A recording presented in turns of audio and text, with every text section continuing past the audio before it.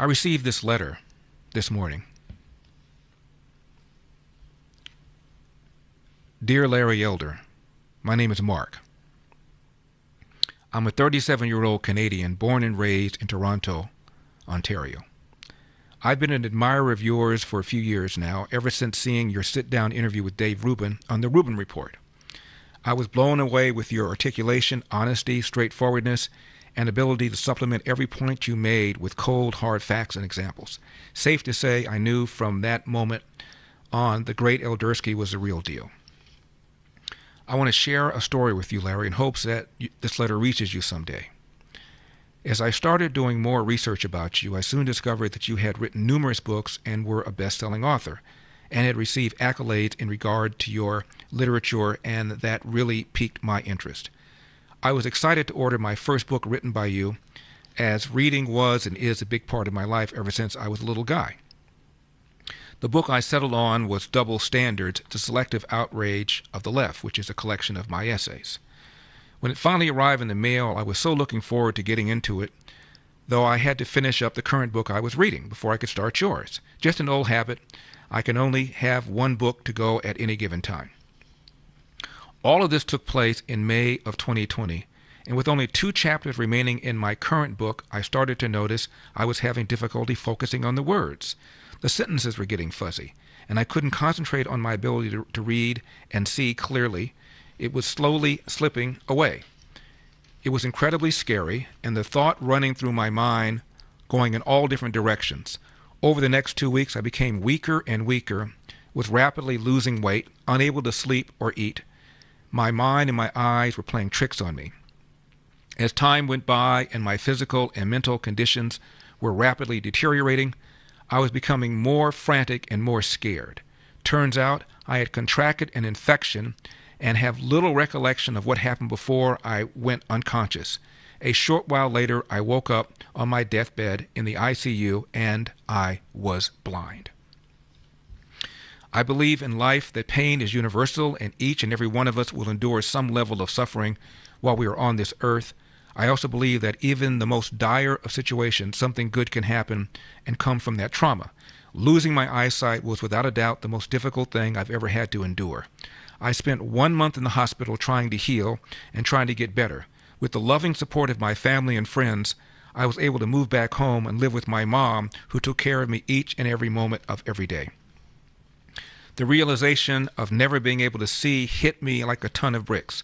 Of all the things I was most upset about was not being able to read again, and this was crushing, and the next level of depression that took on was unbearable.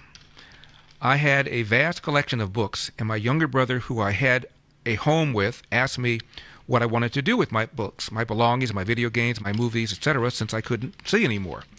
I asked him to donate all of my books to the local library, as I thought I would never be able to read again. He respected my request and shipped off my books to the library for other people in the community to enjoy. That included your book, Double Standards, and I was in tears knowing that that was the next book I was on my way to read before my tragic accident. Over the next 18 months, I would endure countless surgeries on my eyes in hopes that some sort of medical miracle would maybe give me sight again. I worked with an incredible team of doctors who were cautiously optimistic that something could be done, and we were all on board to do whatever it took to help me out. Unfortunately, my left eye never came around and is no longer functional, although in March 2021, a miracle surgery was performed on my right eye, and wouldn't you know it, I regained vision and functionality in my one eye. The fact that I am able to write this letter to you is beyond exciting, and I've been given a second chance and have a new lease on life. It truly is a medical miracle.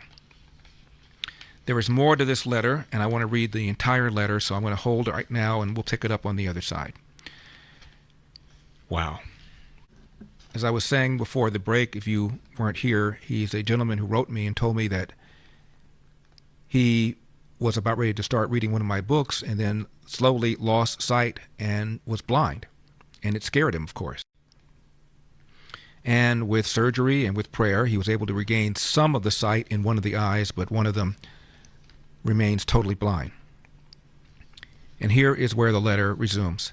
After extensive rehabilitation, 100 trips back and forth to the hospital, eye drops every day, eye exams, eye tests, the use of a walking cane, learning Braille, specialized glasses, and more.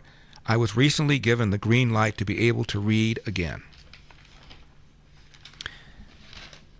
Though my copy of Double Standards was long gone, the first author I wanted to read was you, Mr. Elder. I can't even begin to describe the journey I've been on from the lowest of the lows to the highest of highs, and knowing I'd be able to read again, it was music to my ears. The big day arrived, and a brand new copy of Dear Father, Dear Son was finally here, and I was beyond pumped to be able to read it. With my specialized glasses on, my head angled in a certain way, specific lighting to help out, I opened up the book and clearly read, "To Randolph Elder, thank you." And let me just say to Larry Elder, thank you. The doctors told me I would struggle with reading, and it would take me a while to get back into a normal routine. But I read your book in 3 days. I couldn't put it down. It was so good, I was able to draw parallels between the relationship you had with your father and the roller coaster relationship I had with my father. I love your numerous boxing references throughout, as my brother and I own our own boxing club and are avid fight fans. My younger brother is also a diabetic, and as siblings, we almost share the pain of that cruel disease. Your book taught me more about understanding and compassion, and how sometimes what we see on the surface isn't what's going on underneath. I commend you for your work, good sir, and I can't wait to read another one of your books. I wanted to share this story with you, Larry, as a fan and someone who strives to be as well put together as yourself. Your smile and sense of humor shines. Your intelligence and take on all subject matter is impressive.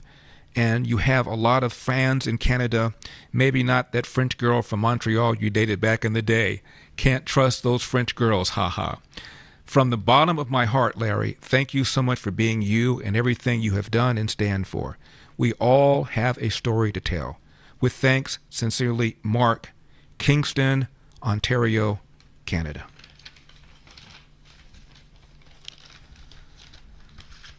Wow. I think I may have to write Mark back, don't you think? Mark, if you're listening, thank you so much. God bless.